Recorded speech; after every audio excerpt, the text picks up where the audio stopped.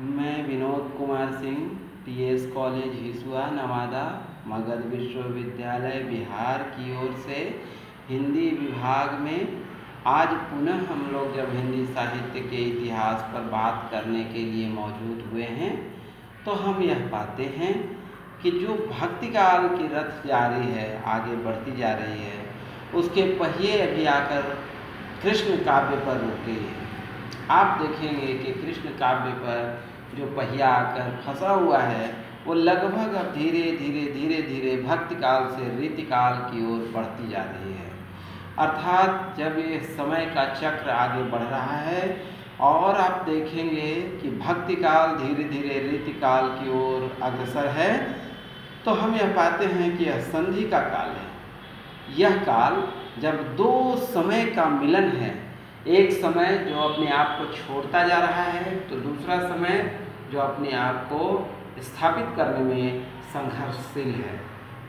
अतः हम यह पाते हैं कि ये दोनों का मिश्रण है।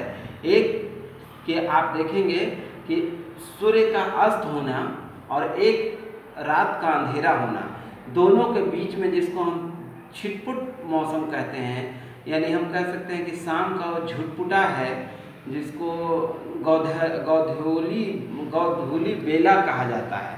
वही संधि भक्ति काल और रीति काल में एक तरह से समाविष्ट होने के कगार पर आ गया। आप देख सकते हैं कि भक्ति काल अंतिम चरण पर है, जब कृष्ण काव्य में चर्चा चल रही है, जिसमें आप देखेंगे कि वात्सल्य पे चर्चा हुई, प्रेम पर हो गया, फिर आप देखेंगे कि कर्तव्यनिष्ठ होने पर हो गया, निर्गुण और सगुण पे हो गया, उद्धव पे हो गया। अर्थात हम कह सकते हैं कि ये पूरी चर्चा कृष्ण काव्य की सूरदास को लेकर हम लोगों ने स्थापित की। लेकिन अब की जो क्लासेस हैं, अब का जो समय होगा, वो संधि का समय होगा, और उस संधि में आप देखेंगे कि भक्ति काल का अंत होता हुआ दिखेगा और रीति काल का प्रारंभ होता हुआ दिखेगा। यानी किसी भी एक काल का अंत होना और किसी एक काल का प्रारंभ होना, ये दोनों के बीच की जो कड़ी है, जो जुड़ाव है, उस जुड़ाव को हम विशेष ध्यान में लेकर चलेंगे, क्योंकि यही जुड़ाव निश्चित रूप से हिंदी साहित्य के इतिहास को विवादित किया है। आप चाहे आदिकाल में लें या चारण काल को देखें, संधि काल को देखें, आप उसमें चाहे आप देख सकते हैं कि ये भक्ति काल और रीति काल का समय देखें या रीति काल और आधुनिक काल का समय देखें, इन सब में भाषा को लेकर संघर्ष है। इन सब में आप देखेंगे कि विद्वत्ता को लेकर संघर्ष है। इसमें आप देखेंगे कि लेखक एक ही है, लेकिन उसका मन बदल जाएगा और वह फिर जब ब्रज भाषा में लिखता हुआ फिर खड़ी बोली की ओर अग्रसर हो जाएगा। भारतेंदु का उदाहरण हम देना चाहेंगे।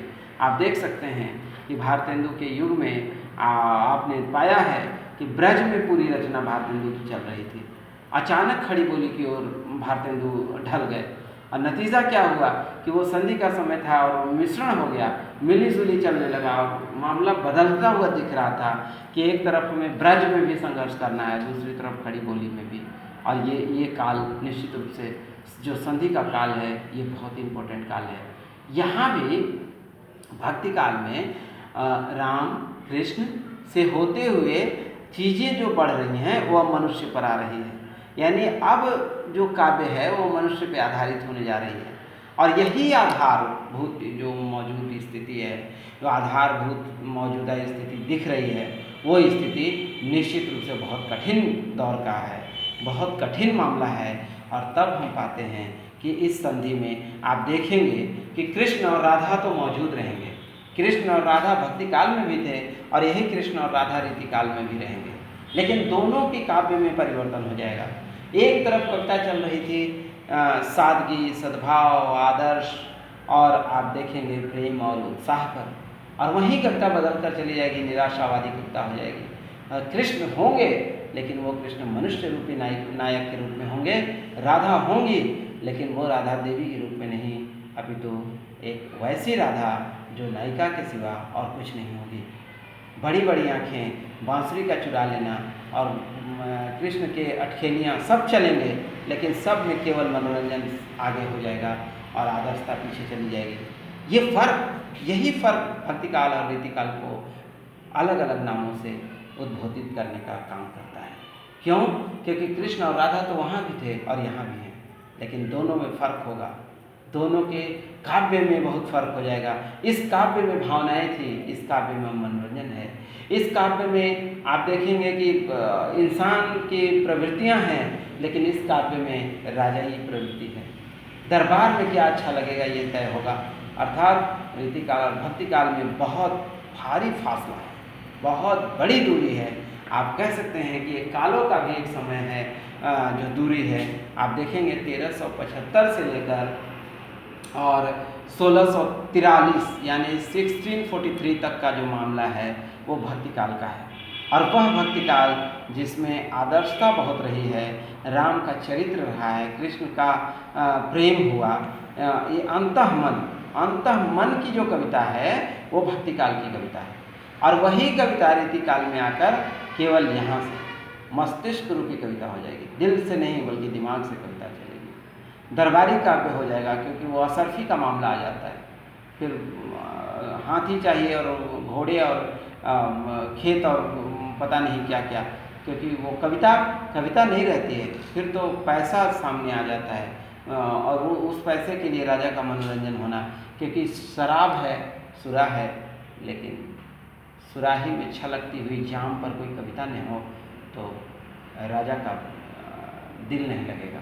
तो शराब भी है, सुरा भी है, लेकिन वो शराब छलकते जाम में कुछ कविता नहीं हो तो कविता नहीं होने पर राजा अधूरा है।